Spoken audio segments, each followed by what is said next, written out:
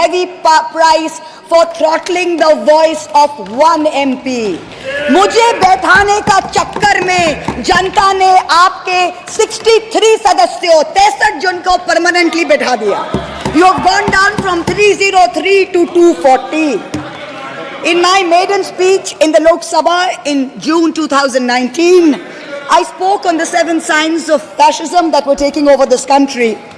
5 years to the date, on June 27, 2024, this House saw the unprecedented scene of the marshals welcoming the President of India, the Honorable President, with a Sengol in their hand.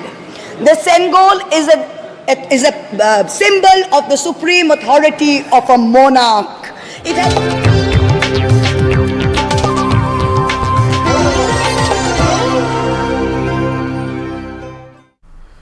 नमस्कार, स्वागत है आप सभी का news 18 Rajasthan पर। मैं हूं आपके साथ हेमंत कुमार और चलिए दौसा से बड़ी खबर के साथ हम शुरुआत करेंगे। दौसा से इस वक्त की सबसे बड़ी खबर मिल रही है, जहां पर गैंगस्टर जग्गू भगवानपुरिया के गुर्गों पर शिकंजा कसा। 4 अवैध पिस्टल, 6 मैगजीन और 18 कारतूस इससे बरामद हुए। बड़ी वारदात को अंजाम देने की फिराक में ये था। आखिरकार ये पुलिस के हत्थे चढ़ा है। तस्वीरें आपकी टीवी स्क्रीन पर है। तो गैंगस्टर जग्गू भगवानपुरिया के गुर्गे पर शिकंजा कसा गया। इस गुर्गे के कब्जे से 4 अवैध पिस्टल मिली है, एक साथ 6 मैगजीन मिली है, 18 कारतूस मिले हैं। पुलिस जांच कर रही है। मेहंदीपुर बालाजी पुलिस की तरफ से जसनप्रीत सिंह को दबोच लिया गया है। सिद्धू मूसेवाला हत्याकांड में गैंग के गुर्गों से पूछताछ की गई थी। ये बड़ी जानकारी इस वक्त की। पंजाब में सुपारी किंग के नाम से famous gangster Jaggu Bhagwanpuria gang का एक गुर्गा दौसा के मेहंदीपुर बालाजी पुलिस के हत्थे चढ़ा है। इस दौरान पुलिस ने इस कुख्यात अपराधी के कब्जे से अवैध हथियारों का जखीरा बरामद किया है। बहरहाल अब पुलिस इससे पूछताछ कर रही है। और इसी बीच अजमेर से बड़ी खबर मिल रही है, जहां पर चेन स्नेचर्स की जमकर पिटाई हुई है। लोगों ने चेन स्नेचर्स को पकड़ा, उनकी जमकर पिटाई की है। स्कूल टीचर की चेन तोड़ करके ये फरार हो गए थे। पुलिस ने दोनों चेन स्नेचर्स को हिरासत में ले लिया है। पूछताछ की जा रही है। घायल महिला को अस्पताल ले जाया गया, जहां पर उसका इलाज शुरू किया गया है। तो ये तस्वीरें, ये 2 चेन स्नेचर्स लोगों के हत्थे चढ़े। इसके बाद जो हुआ वो आपके टीवी स्क्रीन पर है। दोनों के कपड़े उतार करके अर्धनग्न हालात में इनकी जमकर लोगों ने पिटाई की है। एक महिला जिसकी चेन तोड़ करके भागे थे टीचर, वो घायल हो गई हैं, उन्हें अस्पताल पहुंचाया गया है।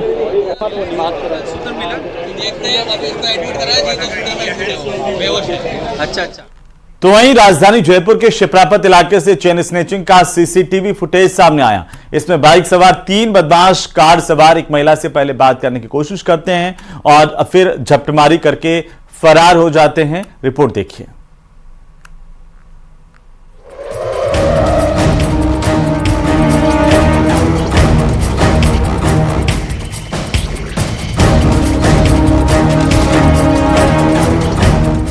सीसीटीवी तस्वीरें शिप्रापत इलाके की है, जहां की पॉश कॉलोनी में एक महिला के साथ दिन दहाड़े चेन स्निचिंग की वारदात को अंजाम देने की कोशिश की गई।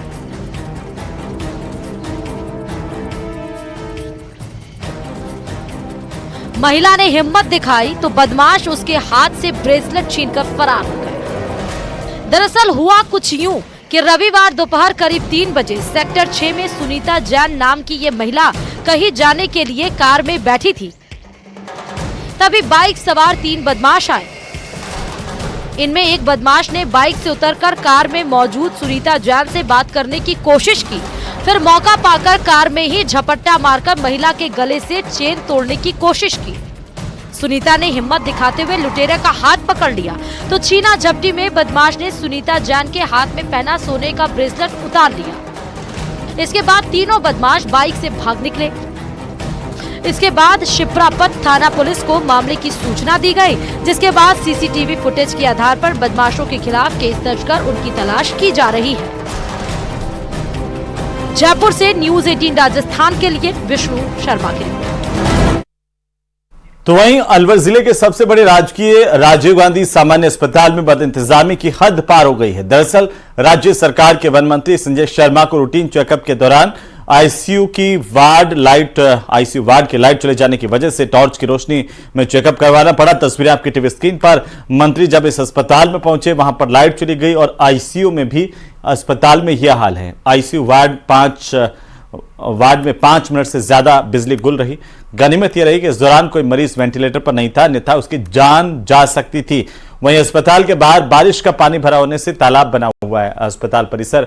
लेकिन मंत्री अपनी ओर से सरकार की नाकामी छिपाते हुए कहते नजर आए कि लाइट तो आती जाती रहती है, बारिश में पानी नहीं भरेगा तो आखिर कब भरेगा। ये संजय शर्मा का बयान है। तेज बरसात होगी तो पानी भी भरेगा। आने वाले समय में प्रयास करेंगे कि निकासी होगी। आप हेल्थ चेकअप के लिए आए थे, वो लाइट चली गई थी, मेरे में ये कोई बड़ी बात नहीं है। लाइट आती भी और जाती भी, लेकिन हमारे पास जनरेटर भी है और तो तमाम सुविधाएं जो मरीजों को मिलनी चाहिए उसमें अलवर अस्पताल सक्षम है। और इसी बीच मुख्यमंत्री भजनलाल शर्मा का ईआरसीपी पर बड़ा बयान। कहा सरकार बनते ही किसानों की चिंता की, सिंचाई और पीने के पानी पहुंचाने का काम किया। बीजेपी सरकार ने ईआरसीपी को लागू किया, यह कहना है मुख्यमंत्री भजनलाल शर्मा का। उन्होंने कहा कि हम किसानों की पीड़ा अच्छे तरीके से समझते हैं, कांग्रेस ने किसानों की चिंता नहीं की। और उन्होंने कहा कि आलू से सोना बनाने की बात कांग्रेसी करते रहे। हम बरसात के पानी जो नदियों के माध्यम से हमारे उस किसान को मिले, हमारी योजना के माध्यम से उस किसान को फायदा हो, जनता को शुद्ध और अच्छा पीने को पानी मिले। इस योजना से दोनों प्रदेशों की जो भौगोलिक स्थिति है निश्चित रूप से उसका काम आगे बढ़ेगा और पीने का पानी भी मिलेगा और किसान के लिए सिंचाई का पानी भी मिलेगा। दोनों राज्यों के बीच इस योजना से गहरा रिश्ता भी स्थापित होगा। मुझे पता है राजस्थान में जो परंपराएं हैं वही मध्य प्रदेश के अंदर है। और इसी बीच दौसा से बड़ी खबर, जहां पर नए कानून के तहत दौसा में प्रदेश की पहली एफआईआर दर्ज की गई है। अब आईपीसी नहीं, भारतीय न्याय संहिता लागू हो गई है। आपको बता दें कि नए आपराधिक कानून के तहत दर्ज जिले में पहली एफआईआर, जिसमें लालसोट में मुकदमा संख्या 336/24 दर्ज हुआ है। 336/2024 दर्ज किया गया। दिल्ली से अपने ससुराल लालसोट आई महिला ने यह एफआईआर दर्ज करवाई है। देवर समेत अन्य आरोपियों के खिलाफ एफआईआर दर्ज करवाई। विधवा महिला ने मारपीट करने, मंगलसूत्र तोड़ने, सामान फेंकने का केस दर्ज करवाया। भारतीय न्याय संहिता की धारा 115(2), 126(2), 303(2), 74 और 351(2) के तहत केस दर्ज हुआ है। पहले आईपीसी के तहत यह मुकदमा बनता था 323, 34, 379, 354 और 506। और अब आईपीसी की जगह पर भारतीय न्याय संहिता की धाराएं लागू होगी और उसके तहत ये जो मुकदमा दर्ज किया गया है वो 115/2, 126/2, 303/2, 74 और 351/2 के तहत, जिसमें मारपीट करने, महिला से मंगलसूत्र तोड़ने, सामान फेंकने की ये धाराएं हैं।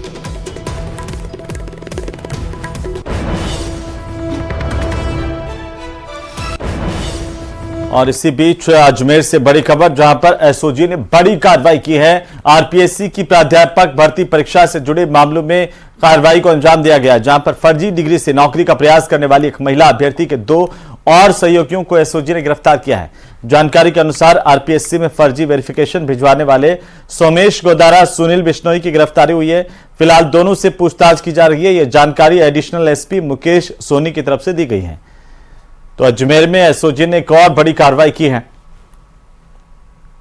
डिग्री और वेरिफिकेशन के संबंध में जो जांच की जा रही है, तो उसमें एक फर्जी वेरिफिकेशन सर्टिफिकेट प्रकरण संख्या 100 के अंतर्गत प्राप्त हुआ था। उस संबंध में अनुसंधान किया गया तो 173 पे पेंडिंग मुलजिम सुनील बिश्नोई निमली गांव का रहने वाला है, जो पाली के पास का, उसको गिरफ्तार किया है। उसके साथ में उसने जिससे बनवाई थी सोमेश गोदारा जोधपुर का निवासी है, उन दोनों को गिरफ्तार किया है। तो वहीं बांसवाड़ा में रीट और सूचना सहायक भर्ती परीक्षा में फर्जी अभ्यर्थी बिठाने के मामले का खुलासा होने के बाद अब सामने आया कि बांसवाड़ा में वन रक्षक भर्ती की परीक्षा के दौरान पेपर ही लीक हुआ था। दलालों ने परीक्षा की दोनों पारियों से 1 घंटा पहले अपने संपर्क में आए अभ्यर्थियों से लाखों रुपए लेकर के पेपर हल करवाया था। इस मामले में रविवार की देर रात को शहर के राजतालाब थाना पुलिस ने 2 दलालों के साथ ही 13 अभ्यर्थियों के खिलाफ विभिन्न धाराओं में प्रकरण दर्ज कर लिया है। इसमें एक बाड़मेर, एक डूंगरपुर, एक प्रतापगढ़ का निवासी भी शामिल है। रिपोर्ट में यह बताया गया कि शास्त्री कॉलोनी बांसवाड़ा में निवासरत प्रवीण मालविया को 28 जून को फर्जी अभ्यर्थी बिठाने के मामले में गिरफ्तार किया गया। पिछले कुछ दिनों से बांसवाड़ा में जो डमी कैंडिडेट्स को लेकर के अनुसंधान चल रहा था, इसी अनुसंधान के दौरान ये बात सामने आई कि वन रक्षक पेपर जो नवंबर 2022 में हुआ था, वो यहाँ पर बांसवाड़ा में कुछ 10-11 कैंडिडेट्स को बैठा करके पढ़ाया गया था एग्ज़ाम से पूर्व।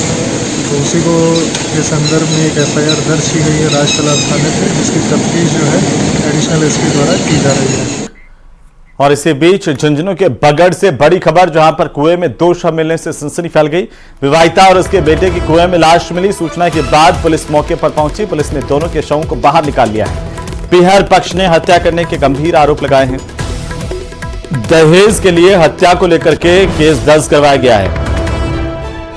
झुंझुनू के बगड़ इलाके से बड़ी जानकारी सामने आ रही है। कुएं में 2 शव मिलने से सनसनी फैल गई। सूचना के बाद बगड़ थाना पुलिस मौके पर पहुंची। शवों को बाहर निकलवाया गया।